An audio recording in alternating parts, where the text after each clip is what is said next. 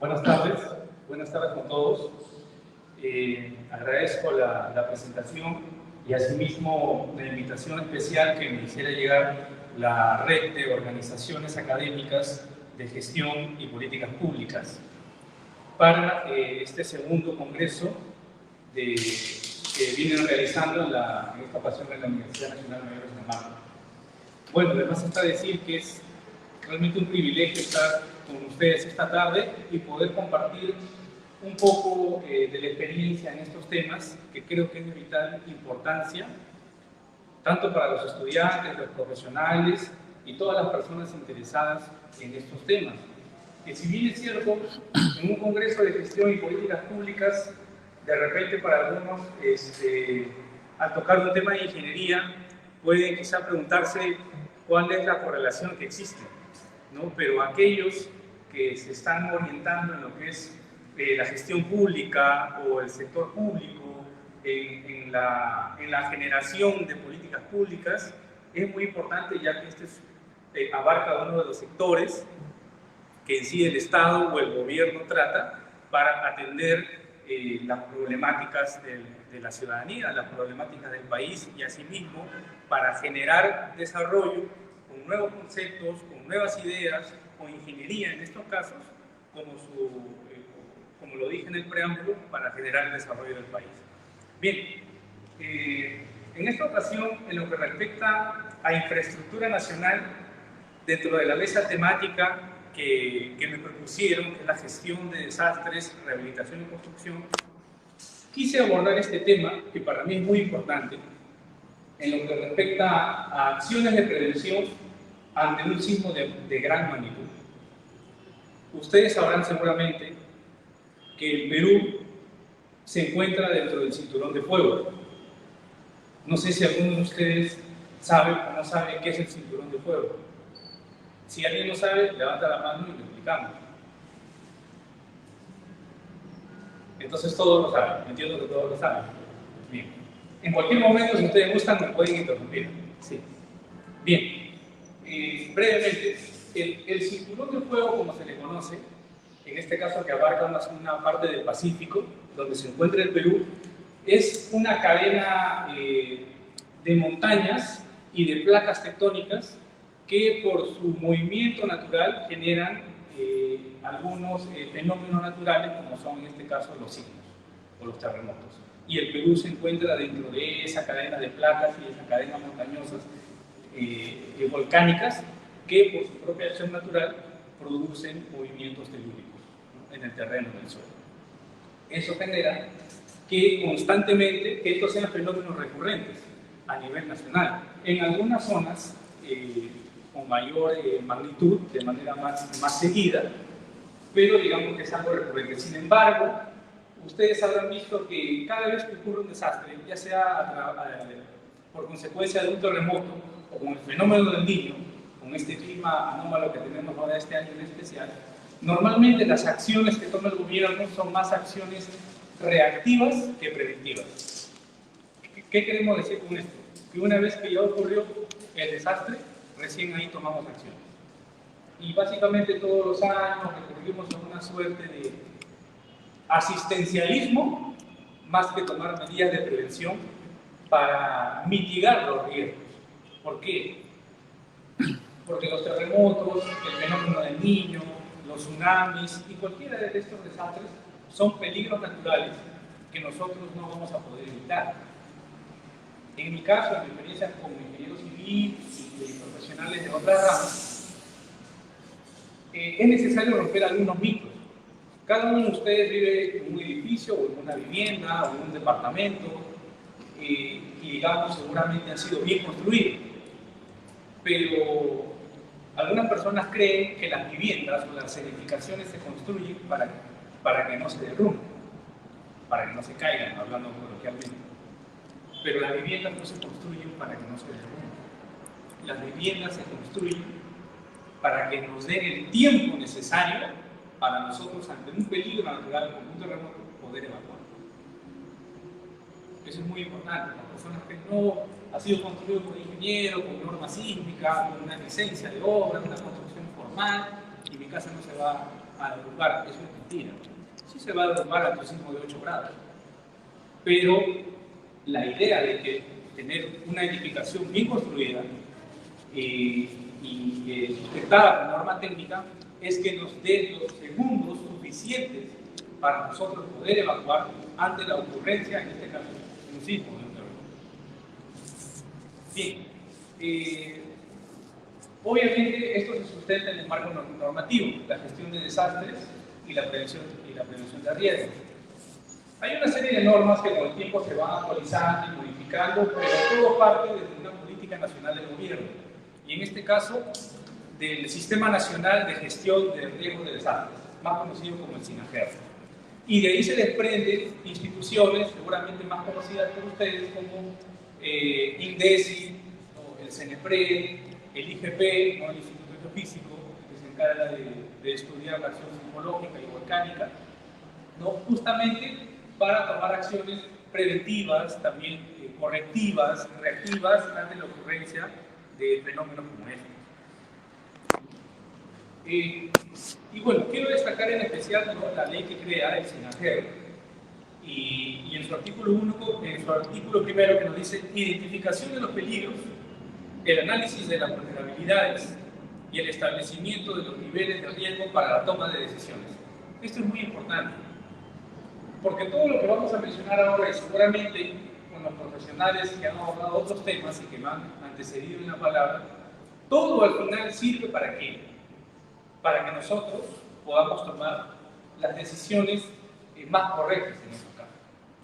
Toda la política del gobierno, toda la gestión finalmente se reduce a las decisiones que tomamos, que al final en ese momento no van a ser ni buenas ni malas.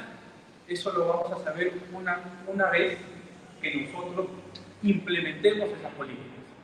Pero obviamente se trata de tener la mayor cantidad de información, la mayor cantidad de ejemplos y de experiencia también internacional y de lo que ha ocurrido en el pasado, para no repetir esos errores y nosotros ayudar a reducir las grandes vulnerabilidades que tenemos en infraestructura nacional y a mitigar los riesgos con un enfoque de prevención. Bien, esta década, en lo que va del 2020 al 2030, está asignada por la enorme posibilidad de tener un sismo de gran magnitud. Los científicos ya lo han analizado, que nosotros vamos a tener un sismo de 8.8 de magnitud, ¿no? ¿Cuándo? Eso no se puede predecir. Hasta el momento no existe ninguna tecnología que nos ayude a definir con exactitud cuándo es que va a ocurrir un sismo, de menor o de gran magnitud. Pero sin embargo, es necesario que las acciones que adoptemos desde ahora, porque esto es algo que debe hacerse de manera inmediata, sean con un enfoque de prevención. Acá, por ejemplo, tienen una imagen, no sé si algunos recordarán, pero esto es del terremoto que ocurrió en Pisco el año 2007, que tuvo pues la lamentable cifra de alrededor de 600 muertos y más de 2.000 damnificados, y decenas de edificaciones declaradas inhabilitadas. Entonces, obviamente, esta historia no queremos volver a repetirla, pero sin embargo, desde esa fecha hasta ahora, es muy poco lo que se ha avanzado, es muy poco lo que se ha hecho. Como les dije al principio, son más las acciones reactivas que se toman a nivel de gobierno que las acciones preventivas. Y este fue un terremoto de magnitud 7 grados. Y el que está, digamos, el que nosotros vamos a tener en cualquier momento es 2.000 veces mayor que este, ¿no? Entonces ya ustedes se imaginarán la magnitud de ese peligro natural que va a ocurrir en cualquier momento. Bien, como les dije ya, esto los científicos no han medido, o sea, yo no vengo aquí a inventar la pólvora. Esto es algo que ya se ha estudiado, que está estudiado y es algo que va a pasar, que prácticamente va a repetir lo que se dio en 1746, en octubre del 46, con el terremoto de Lima. un magnitud igual, magnitud igual de 8 grados, pero no teníamos la población que tenemos ahora. Lima tenía a lo mucho 3 millones de habitantes, las edificaciones no eran tan grandes, la tubulación que hay ahora no es la de antes, ¿no? Y digamos, los daños pueden ser mayores, van a ser mayores. Entonces, como les había dicho, por ejemplo, hace no mucho, en 2021, tuvimos el terremoto en Amazonas, de 7.5 grados, y el que vamos a tener va a ser 1.800 veces mayor que este. Esa es una fotografía de aquel entonces de la carretera que iba rumbo a Bagua Grande, que obviamente tuvo que cerrarse, porque como se aprecia en la fotografía, pues ningún vehículo puede transitar por ahí. Entonces, eso interrumpe muchas cosas. El comercio, evidentemente se ve afectada la economía, los empleos directos e indirectos. Asimismo, que los gobiernos regionales y locales, sus acciones son más lentas al momento también incluso de reconstruir infraestructuras. Cuando nosotros vemos que en Japón se demoran 3 días en reconstruir una pista, aquí pasan 2 o 3 meses y todavía no se terminan los trabajos. Entonces, y eso que es una carretera que no tiene mucha carga, pero sin embargo, al momento de una acción telúrica, el movimiento del suelo, por muy bien construida que pueda estar esa carretera, se va a ver afectada de esa manera, ¿no? Ahora, hay varias cosas que debemos identificar para poder reducir las grandes vulnerabilidades que tenemos. Y una de ellas es que hay 3 millones de personas viviendo en laderas de cerros alrededor de Lima. Ahora, es un poco difícil, por lo mismo que, si bien es cierto, existe una política de gestión territorial y hay ordenanzas de planificación territorial que en cada gestión las municipalidades presentan y lo tienen plasmado en papel, pero prácticamente eso es letra muerta, porque al final la gente, si necesita una vivienda, si necesita en dónde vivir, no importa dónde sea, pero se va a un cerro. En las laderas de los cerros, en los cauces de los ríos, ya ustedes lo han visto en los Huaycos hace poco, ¿no? Donde se desbordan y vienen ahí luego las lamentaciones. Entonces, evidentemente, hay un déficit ahí también muy grande en lo que es vivienda social. Eso es un tema aparte, pero es que la gente también necesita donde vivir.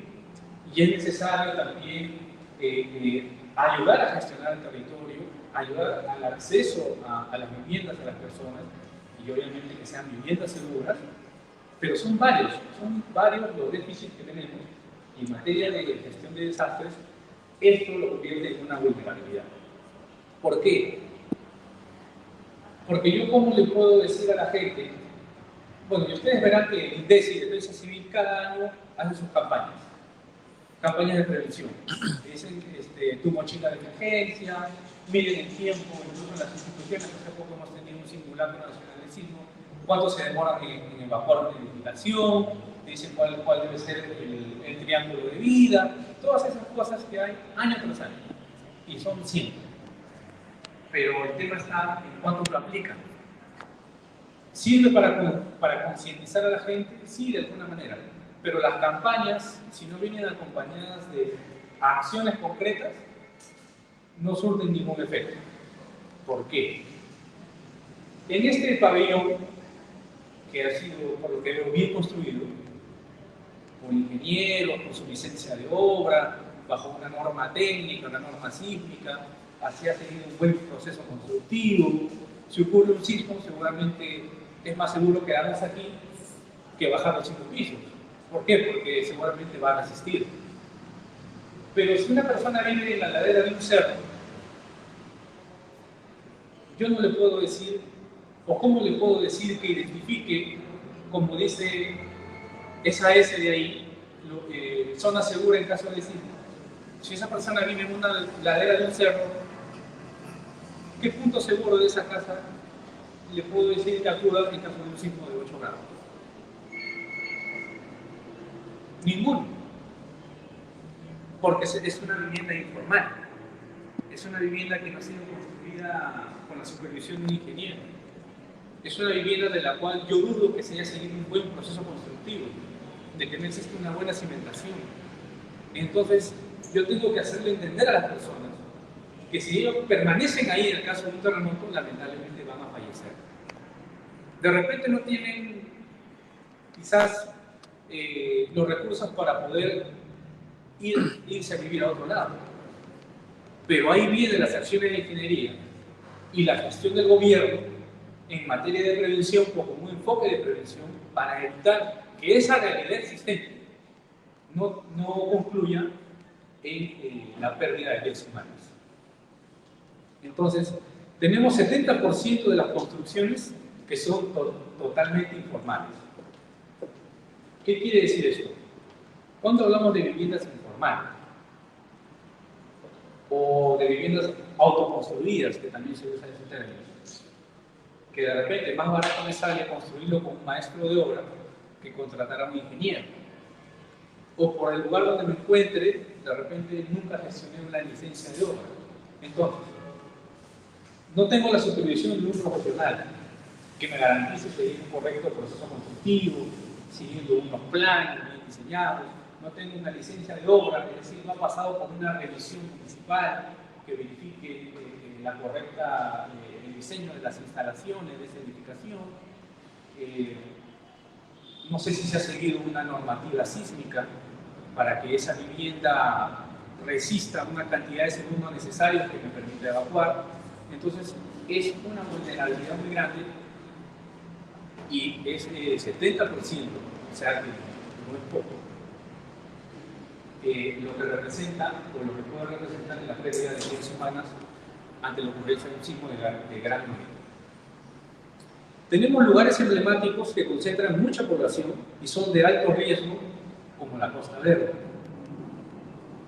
No sé, seguramente muchos de ustedes habrán paseado por la Costa Verde, se habrán ido al Arcomar, al malecón de Miraflores, ¿no? A la parte del acantilado, para tener una vista bonita, ¿verdad? Se van con su enamorada, con el enamorado. Pero ante la ocurrencia de un sismo mayor de 7 grados, nos encontramos en ese instante tan cerca del acantilado. ¿Y qué podemos hacer? ¿A dónde vamos a ir? Pero eso también tiene solución, porque existe un proyecto, pero que evidentemente hay que ejecutarlo, de todas las municipalidades que tienen salida de la Costa Verde, como por ejemplo San Isidro, Miraflores, Magdalena, San Miguel, el Callao, para reforzar la Costa Verde, para reforzar el acantilado. Uno, no solamente por el tema paisajístico y preservar el tema paisajístico, y evidentemente evitar que todas las edificaciones que están sobre el acantilado, que se les ha permitido construir sobre el acantilado, obviamente también no se derrumbe junto con todo el terreno. Porque si la tierra, el suelo se sacude del acantilado, las edificaciones que están encima, por muy bien construidas que estén, también se van a derrumbar. Y lo otro, y esto muchos no lo saben, pero el acantilado de la Costa Verde también nos protege. ¿Nos protege en qué sentido? Cuando viene o cuando ocurre un terremoto, un sismo de gran magnitud mayor a 7 grados, inmediatamente se genera también ¿qué? La posibilidad de la ocurrencia de un tsunami. Sobre todo cuando el epicentro es muy cercano a la costa o cuando su origen es en el mar. Es muy probable la ocurrencia de un tsunami. Olas mayores a 15 metros, a 20 metros. Y hay incluso señalización de evacuación en la Costa Verde, que yo pueda subir al acantilado. Pero si no tengo acantilado, ¿hacia dónde voy a ir? Para protegerme ante un tsunami. Porque esas olas también vienen con una gran velocidad. O sea, no se demoran horas en llegar, es cuestión de segundos. Entonces, ese acantilado también nos protege ante el riesgo de un tsunami.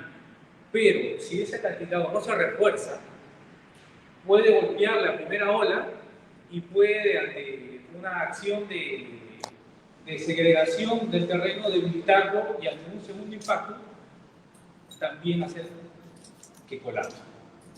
Entonces, son todas esas cosas que a veces ignoramos y el proyecto existe de reforzamiento de la Costa Verde, que se pueden hacer varias acciones ahí.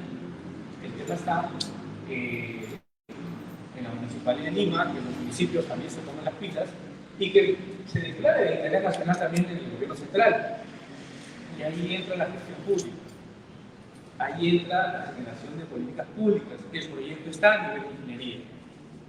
A veces es decisión política, a veces está en un tema de gestión, a veces dejamos simplemente que los expedientes duerman el sueño de los justos y no tomamos acciones sobre eso. Y ya cuando ocurren los desastres, ahí lo lamentamos ante las pérdidas humanas. Entonces, estas son cosas que van a pasar. Probablemente no mañana, ni pasado mañana, pero en cualquier momento. Bien, tenemos también construcciones muy antiguas que tienen entre 75 y 80 años, como Palacio de Gobierno, el Congreso de la República, y construcciones de siglos atrás, como el Centro Histórico de Lima, por ejemplo, construidas con quincha, con adobe. Construcciones tan antiguas cuando aún no se creaba o diseñaba la norma sísmica, con la que actualmente seguramente se han construido la mayoría de nuestras casas o las edificaciones nuevas.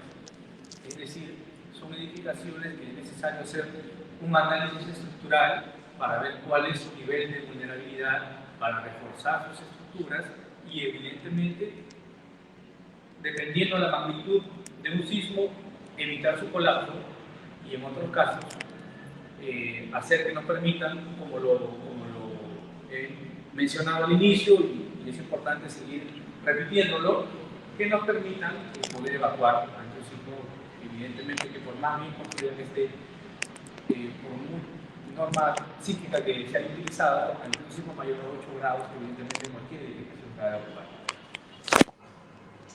Y también servicios públicos esenciales que tienen que seguir funcionando, como por ejemplo los hospitales, los colegios, los servicios de agua potable y alcantarillado, el transporte masivo, etc. Es decir, darle un enfoque de prevención en materia de gestión de desastres, de rehabilitación y construcción, o acciones preventivas, o el nombre que le quieran dar, es también para que la infraestructura nacional resista, para que la ciudad resista y nos permita que al margen de los desastres que en cierta medida van a ocurrir, nos permita seguir funcionando, seguir operando. Por ejemplo, ¿qué pasa si se destruyen las carreteras? Como el ejemplo de la fotografía que les mostré del terremoto en Amazonas. No van a poder circular los vehículos. Bueno, ya, de repente los vehículos no particulares. Pero ¿qué otra cosa? Algo que se vio en la pandemia, algo que no dejó de circular en la pandemia. Por ejemplo, se interrumpió el tránsito peatonal en muchos casos, un toque de queda en ciertos horarios, había restricción de los vehículos particulares, pero había un rubro que por más pandemia que hubiera, no dejó de funcionar en ni un día. Y lanzo la pregunta, ¿cuál era ese rubro que no dejó de funcionar en la pandemia y que es esencial para todos los hogares? Algo que no puede dejar de funcionar, ya sea por un terremoto, un tsunami, la pandemia que tuvimos en COVID-19. ¿Cuáles son esas cosas que no pueden dejar de funcionar, que necesitamos todos los días? Sé que al final va a haber una ronda de preguntas, pero lanzo la pregunta de ahora. Por ejemplo, en el rubro de alimentos, todos los hogares tienen que cocinar. Todas las familias tienen que comer todos los días. Dicen, vaya, voy a la tienda de la esquina y compro. Pero cada tienda o cada supermercado tiene cierto stock por cierta cantidad de días. 1, 2 días, hasta 3 días. Y luego se renueva a través de ¿qué? A través del transporte de alimentos. Las empresas de transporte de alimentos que transportaban alimentos no pararon un día de la pandemia, porque tenían que llevar alimentos a los supermercados, y de ahí a las tiendas, y que sea el destino de los hogares, etc. Porque la gente tiene que comer. Si nuestra infraestructura no está preparada, se ve interrumpido eso, y comienza la escasez, el arroz que viene del norte, la papa que viene del centro, parte del sur, las frutas, todo eso se ve interrumpido. Asimismo, no puede interrumpirse el servicio de agua y desagüe. Si colapsan las tuberías de Sayapal a nivel de Lima y Callao y no hay agua, no hay alcantarillado, imagínense el desastre sanitario que se viene, ¿no? Podemos vivir sin luz, pero no podemos vivir sin agua. Bien, miren esta fotografía. Y ahí vemos un hombrecito que se pregunta qué hacer. Un poco el ejemplo que les mencionaba, ¿no? De las laderas del cerro. Evidentemente, pues esta construcción, y que es de Lima y que es de Perú. Ya al ojo nada más yo sé pues, que es una construcción informal. O sea, no necesito ser ingeniero para darme cuenta.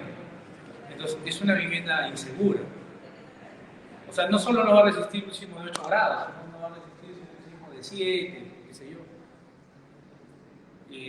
Entonces, ¿cómo yo le puedo decir a la gente que ubique una zona segura en esa construcción?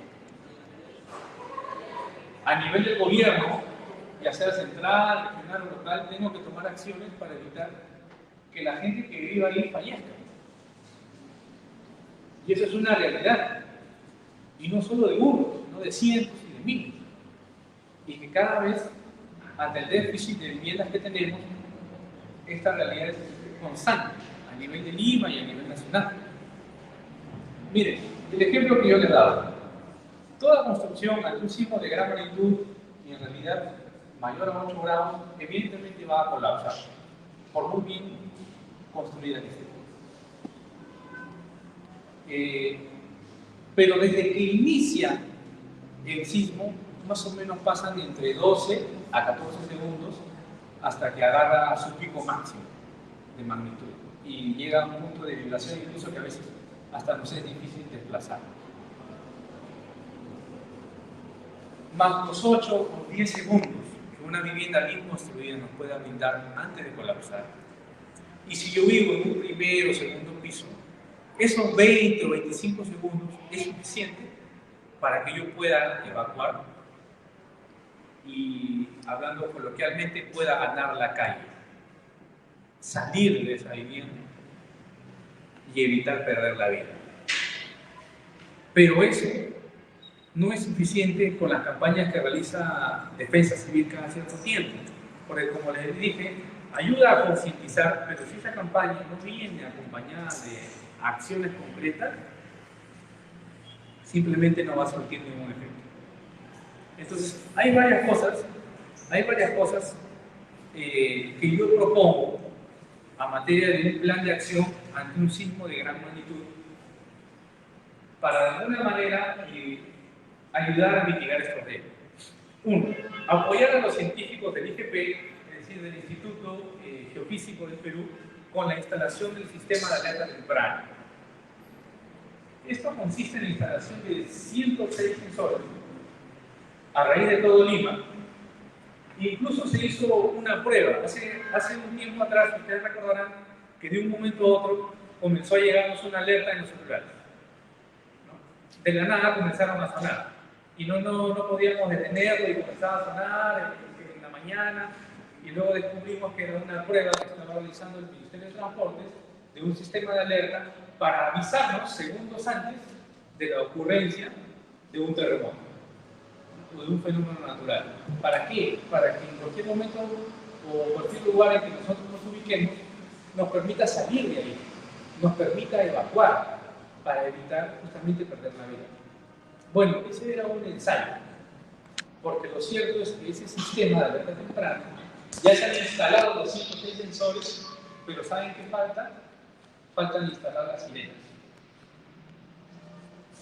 Es decir, por no tener las sirenas instaladas, es decir, así como las sirenas de las ambulancias o de la policía, no lo tenemos funcionando.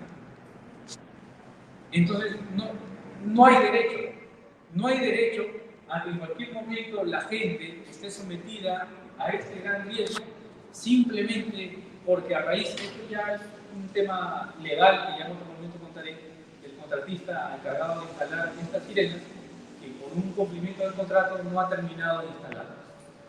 Es decir, nosotros estamos expuestos a un gran riesgo y que esto ya viene varios años atrás. Este sistema lo tienen otros países como México, que 20 segundos antes de que ocurra un sismo ya están sonando las sirenas en diferentes puntos de la ciudad y también en los celulares para que la gente tenga 20 segundos o 15 segundos para poder evacuar desde donde se encuentra y evidentemente no corra peligro su vida.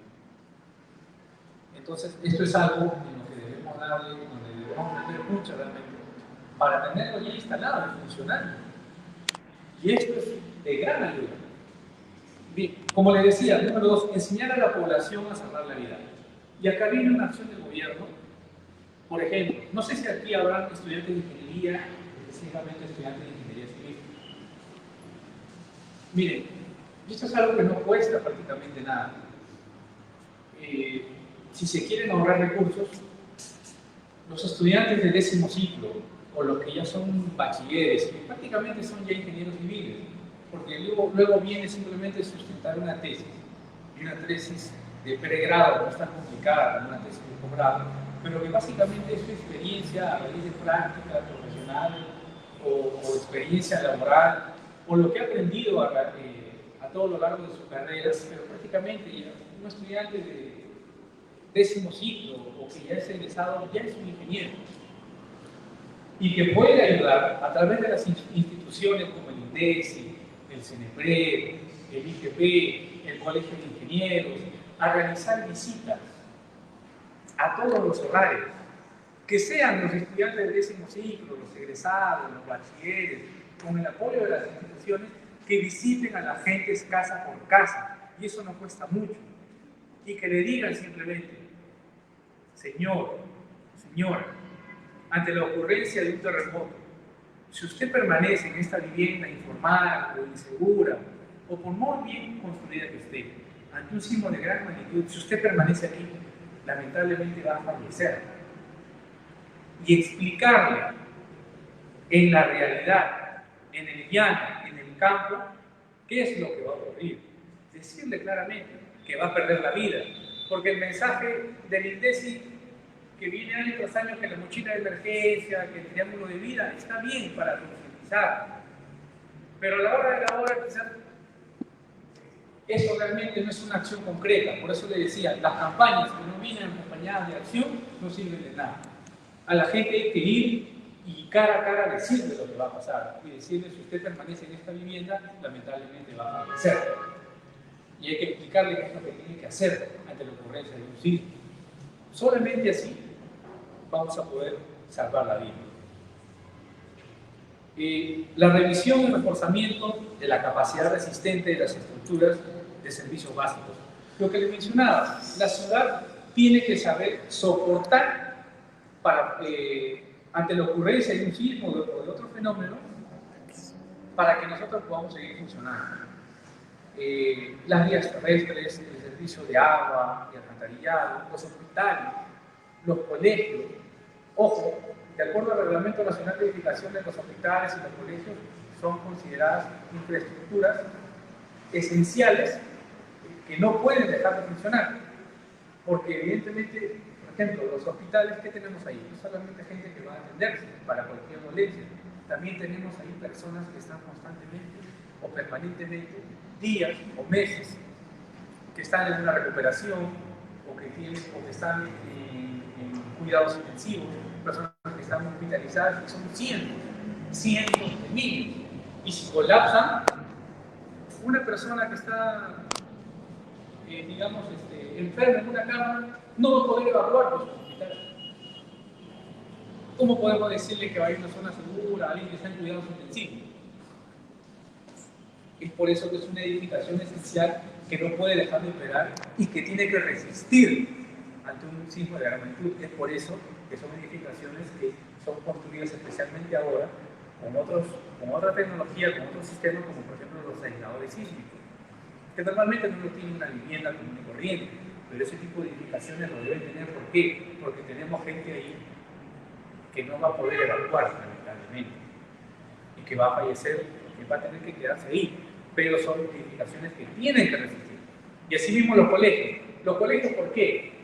Porque son zonas a las cuales pueden recibir, por ejemplo, a la gente damnificada, o gente que se ha quedado sin vivienda y necesita pernoctar, necesita dónde guarecerse.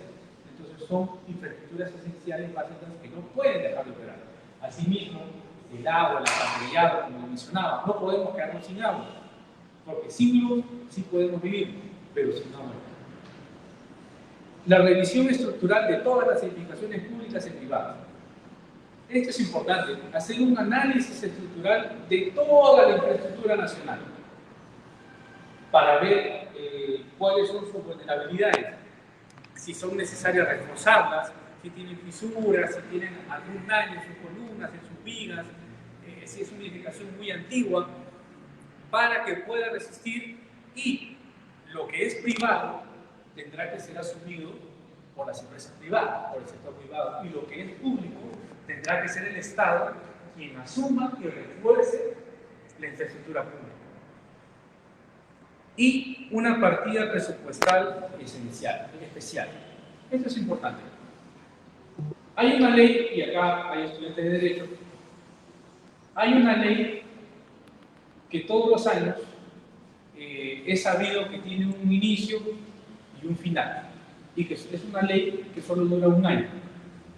Tiene fecha de vigencia solo un año. Y pasado un año, tiene que crearse otra ley y que es vigente también por solo un año. ¿Cuál es esa ley? Yo soy ingeniero, no soy abogado.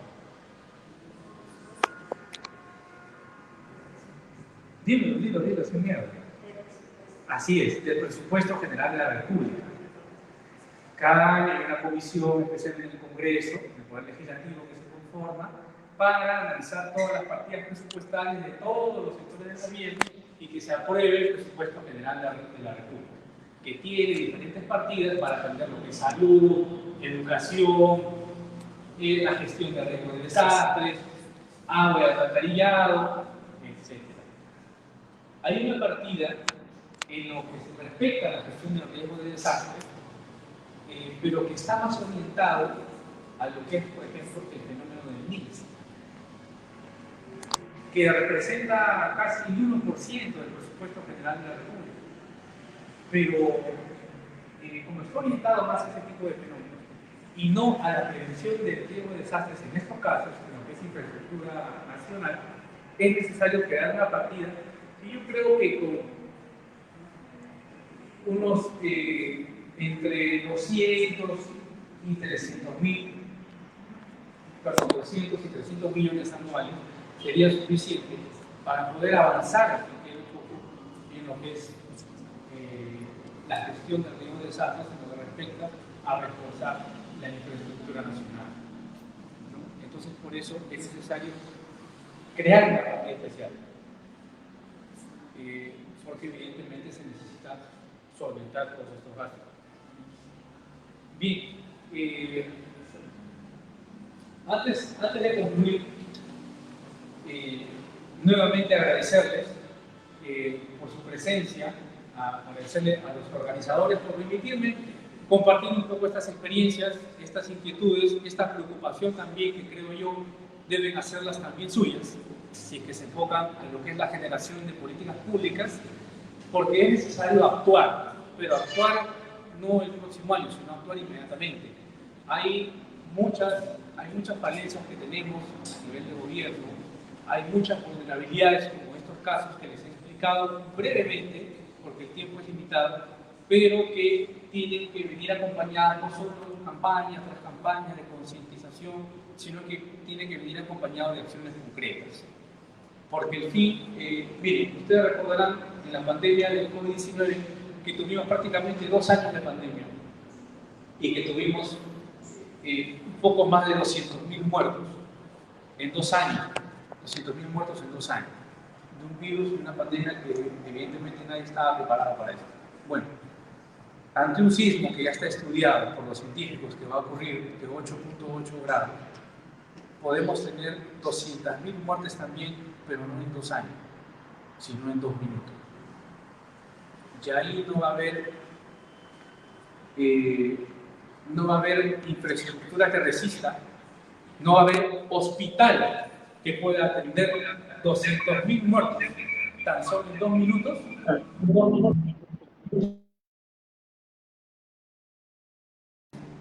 Imagínense, en 2 minutos, 200.000 muertos, no va a haber hospital que los pueda atender. No va a haber, en otros términos, heridos, hospital que se pueda hacer abasto para atender. Entonces, esas son cifras un poco crudas, un poco alarmantes, pero es una realidad latente y es necesario actuar. Es necesario actuar ya. La campaña concientizadora salvar la vida de las personas para poder salvar las vidas humanas y evidentemente poder preservar la infraestructura nacional. Bien, muchas gracias.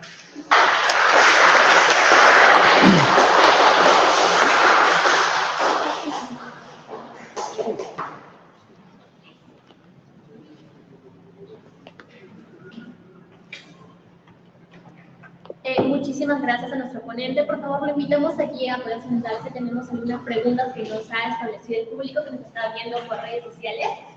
Y también, si alguno de los presentes tuviese alguna pregunta, no duden en levantar la mano. Bueno, creo que el ponente ha sido muy bueno y muy acertado en todo lo que ha mencionado y también agradecerle por esas propuestas y el plan de acción que nos ha comentado y considerar también dentro de sus propuestas a nosotros, los jóvenes, que podemos ser parte de ello para poder llegar a cada hogar, a la sociedad en general. Y bueno, sin duda, hace tiempo creo que los expertos ya nos están advirtiendo sobre los riesgos que entraña nuestra geografía y también sobre el cambio climático y que nuestro país lamentablemente es uno de los más vulnerables junto a Bangladesh y también a Honduras. Y bueno, ya sabemos los riesgos de las lluvias fuertes que generan desbordes de ríos, inundaciones, jubaicos, aluviones y estos son cada vez mayores. Bueno, tenemos dos preguntas para nuestro ponente. Las voy a leer las dos y luego las resuelve, por favor. Saludos a todos los que nos están viendo por la transmisión de Facebook. Ya nos han pedido algunos saludos para los chicos que nos están viendo de la provincia, Trujillo, Huancayo, Huánuco. Y ya también están preguntando por cuándo será el próximo congreso. Bueno, sigan atentos a todas nuestras redes sociales. La primera pregunta es: ¿por qué el diseño y la formulación de proyectos de inversión pública para prevenir desastres ante el fenómeno del Niño, como la reconstrucción por cambios en proyectos de infraestructura natural, demoran tanto tiempo en darse? ¿No deberían minimizar los procesos administrativos en este tipo de proyectos?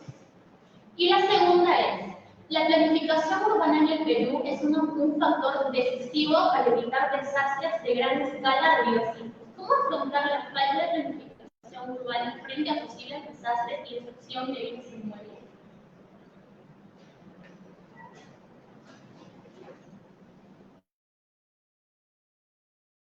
No sé si pudieras proyectar una anterior. Sí.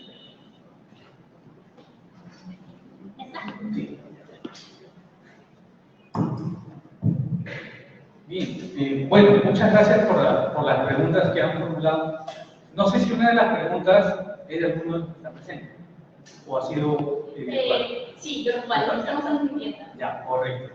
Bien, está bien. Bueno, qué bueno, no sabía que se estaba transmitiendo, pero qué bueno que estén interactuando y son muy buenas las preguntas para poder reforzar un poco la presentación. Bien, con respecto a la pregunta que iba orientada a la gestión de desastres, específicamente a lo que era el fenómeno del Niño, ¿no? y a los proyectos de inversión pública que muchas veces se ralentizan en su acción. Bueno, realmente es imperdonable que un país como el nuestro, que nosotros sabemos que prácticamente año a año sufrimos de este fenómeno del Niño, llamado fenómeno del Niño, que por el calentamiento del mar y que viene acompañado de lluvias, una gran cantidad de lluvias que hacen que muchas veces colapsen los sistemas de alcantarillado o de drenaje, o en algunos sitios que no tienen los sistemas de drenaje. y que tenemos que año a año estar pues, apoyando a las regiones, llevando ayudas, tenemos damnificados, y eso es una realidad que la vivimos prácticamente todos los años. Y nosotros tenemos, arriba de la frontera de Piura, de Tumbes, tenemos frontera con Ecuador. Bien. Ecuador también sufre del fenómeno del Niño, pero Ecuador no tiene las mismas consecuencias que tienen las regiones del norte del Perú. ¿Por qué? Si tenemos el mismo fenómeno casi todos los años, ¿por qué nosotros lo padecemos más que ellos? Bueno, porque ellos, en pocas palabras, a nivel de ingeniería, sí tienen pues implementado un correcto sistema de drenaje pluvial, es decir, que ayude a distribuir las lluvias, específicamente cuando son en gran cantidad y por horas, casi todos los días, como con el fenómeno del Niño o ante la ocurrencia de Guaycos, para que puedan no invadir las ciudades, sino simplemente disiparse por el sistema de drenaje. Bueno, en el norte prácticamente no lo tenemos. Y hemos tenido un proyecto de reconstrucción con cambios, incluso una autoridad para la reconstrucción con cambios, ¿no? Para poder reconstruir la infraestructura del norte, hospitales, colegios, puentes, y que se hizo bajo el sistema gobierno-gobierno. A nivel de ingeniería, los contratos NEC, ¿no? New Engineering Contract, ¿no? O también llamados acuerdos gobierno-gobierno, acuerdos G2, ha ido adoptando varias normas. ¿Que ayuda esto a qué? ¿Por qué es importante? Porque ayuda a reducir los tiempos. Y un ejemplo importante de eso es los Panamericanos que hemos tenido, ¿no? Los Juegos Panamericanos de Lima 2019.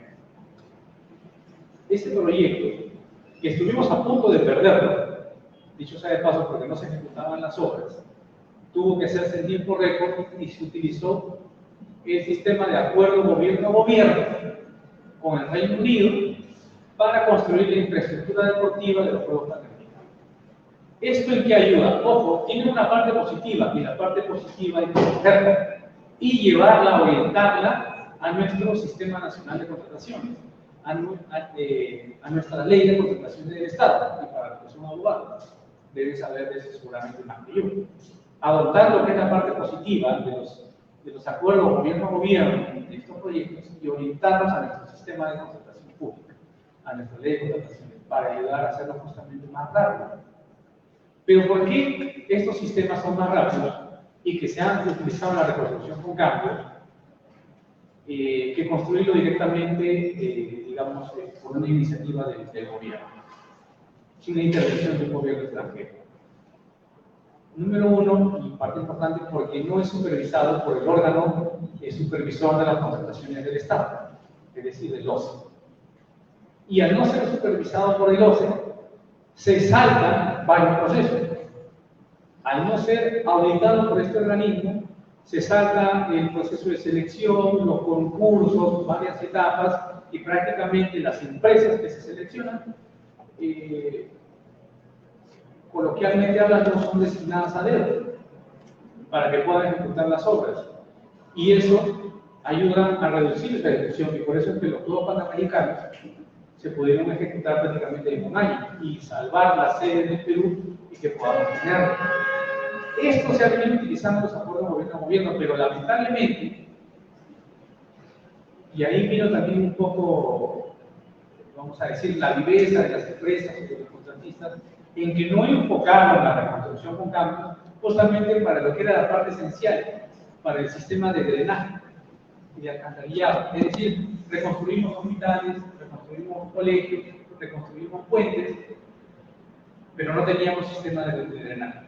Es decir, lo que reconstruimos se va a volver a destruir porque no tenemos el sistema de drenaje y alcantarillado, cuando se debió empezar por ahí, ¿no? Entonces, estos sistemas son buenos en el sentido de que podemos saltarnos varias etapas, lo cual no quiere decir que sea malo, porque viene acompañado de un buen diseño, de una buena construcción, y las empresas que están ahí evidentemente son buenas. No quise decir con el comentario anterior que sean malas, pero nos ayuda a reducir los plazos, y el gobierno tiene que estar preparado también para no necesariamente separar las etapas que siempre se dan.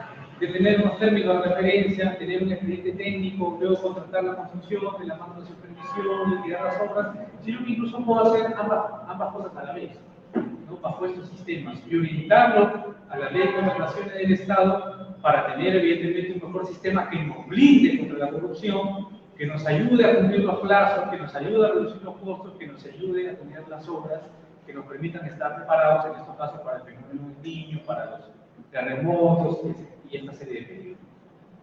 Bien, para terminar, la segunda pregunta, no recuerdo bien cuál era, si lo puedes repetir para... ¿Por qué el diseño y la formulación de proyectos de inversión pública para prevenir desastres? Perdón, esa es la primera. La segunda, la planificación urbana en el Perú es un factor decisivo para evitar desastres de gran escala debido a sismos. ¿Cómo afrontar la falta de planificación urbana frente a posibles desastres y destrucción de bienes inmuebles? Sí, bueno, un poco les había comentado brevemente sobre el tema de la planificación urbana, la planificación territorial. Y para terminar, solo un minuto. Todas estas propuestas de plan de acción, ¿no?, de apoyar el sistema de alerta temprana, de enseñar a la población a salvar la vida, de reforzar las estructuras públicas y privadas, la revisión estructural de las edificaciones, crear una partida especial presupuestal en el presupuesto general de la República. Asimismo, ejecutar los proyectos de planificación o de ordenamiento territorial existentes que existen, porque no es que no hay, sí los tenemos. Incluso las municipalidades están obligadas a presentarlos dentro de sus planes de acción, incluso de las nuevas autoridades que han sido elegidas recientemente, pero el tema está en la decisión política para poder ejecutarla sin miedo y sin pensar muchas veces, y ustedes que son estudiantes de Derecho y Ciencias Políticas, muchas veces las decisiones de los políticos a veces están orientadas justamente a buscar un rédito político. ¿En qué sentido? Yo le prometo a la población agua, desagüe, títulos de propiedad, pistas y veredas. ¿En dónde? En un cerro que es abierto. Pero eso no es planificación territorial. Pero sin embargo, en las invasiones que hay, porque la gente busca dónde vivir, si no se toman acciones inmediatas para ordenar el territorio, para ejecutar los planes territoriales, eso se convierte en un problema social, porque en el caso de las invasiones que están 1 año, 2 años, 5 años, 10 años, se convierte en un problema social. ¿En qué sentido? Que vienen elecciones, viene un candidato, le promete el título de propiedad, y al darles un título de propiedad, tengo que darles ¿qué? Luz, agua, desagüe, pistas, veredas, ¿no?, implementar toda la rehabilitación urbana. Entonces yo urbanicé esa zona de gran riesgo, donde la gente está predispuesta o es vulnerable ante un fenómeno como un sismo de gran magnitud y que evidentemente pone en riesgo su vida. Entonces, la planificación urbana, los proyectos existen. El tema está en que nuestras autoridades tengan más conciencia, y aquellas que pretenden ser autoridades próximamente, en que simplemente por buscar un rédito político, buscar salir elegidos, no pues deje que las personas vivan por lo que sea.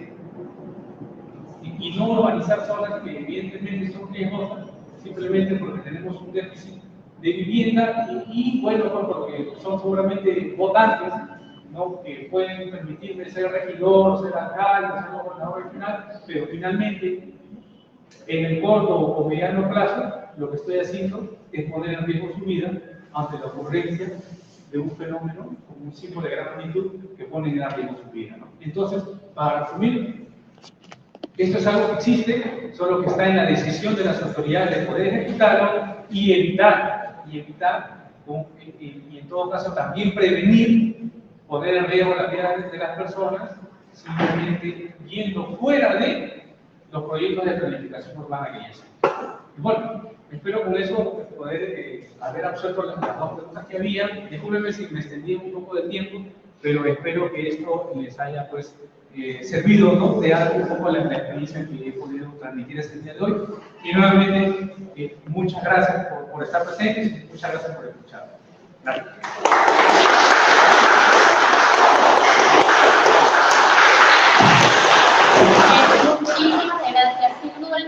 seamos más profesionales con el enfoque y la visión que tiene el ingeniero Alberto. Bueno, estimados asistentes, ya estamos llegando a la parte final. Comentarles que al final de esta sesión, de este congreso, tenemos el sorteo de libros y también para los que nos han acompañado de inicio a fin de manera presencial. Comentarles a los que nos están viendo por la transmisión que los certificados serán enviados a aquellas personas que tengan como mínimo 4 asistentes con su respectivo código. Del mismo modo, quiero comentarles que la Cumbre Mundial de Comunicación Política en su segunda presentación reunirá a grandes especialistas de más de 25 países. Se va a desarrollar de manera presencial los días 4, 5 y 6 de diciembre en el Centro de Convenciones Cancún Centro.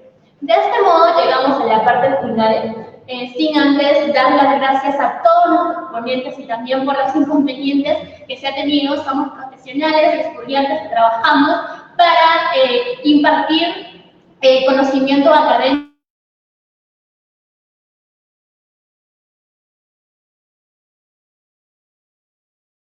a todos los profesionales y también estudiantes de todas las partes del Perú. Académicos de gestión y políticas públicas en sus redes sociales, así como también a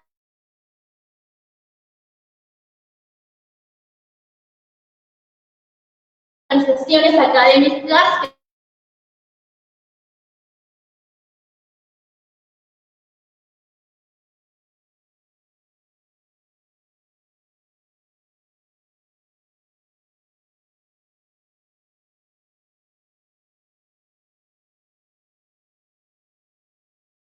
año y el tercer Congreso de Gestión y Políticas Públicas. Nos vemos.